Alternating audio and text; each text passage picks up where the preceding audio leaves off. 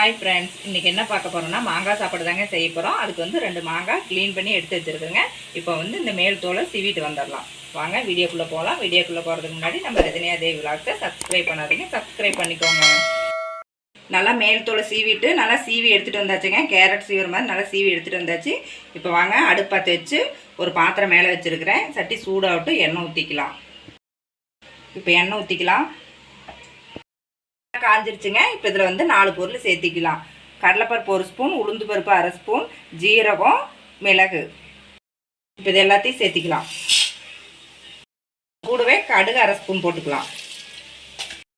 கடுகு நல்லா வெடிச்சிருச்சுங்க. இதில் பெரிய வெங்காயம் 2 கட் பண்ணி வச்சுருக்கேன், அதையும் சேர்த்திக்கலாம். கூட ஒரு கொத்து கருவேப்பிலை, 2 பச்சை மிளகா, 3 வரமிளகா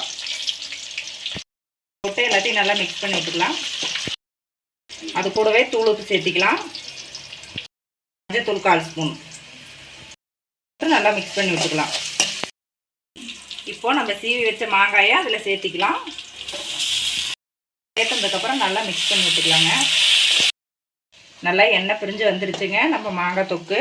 இப்போ சாப்பாடு சேர்த்திக்கலாம். சாப்பாடு ஆற வச்சுருக்கிறேன், அதில் சேர்த்திக்கலாம். எல்லாத்தையும் போட்டு நல்லா கிளறி விட்டுக்கலாம்.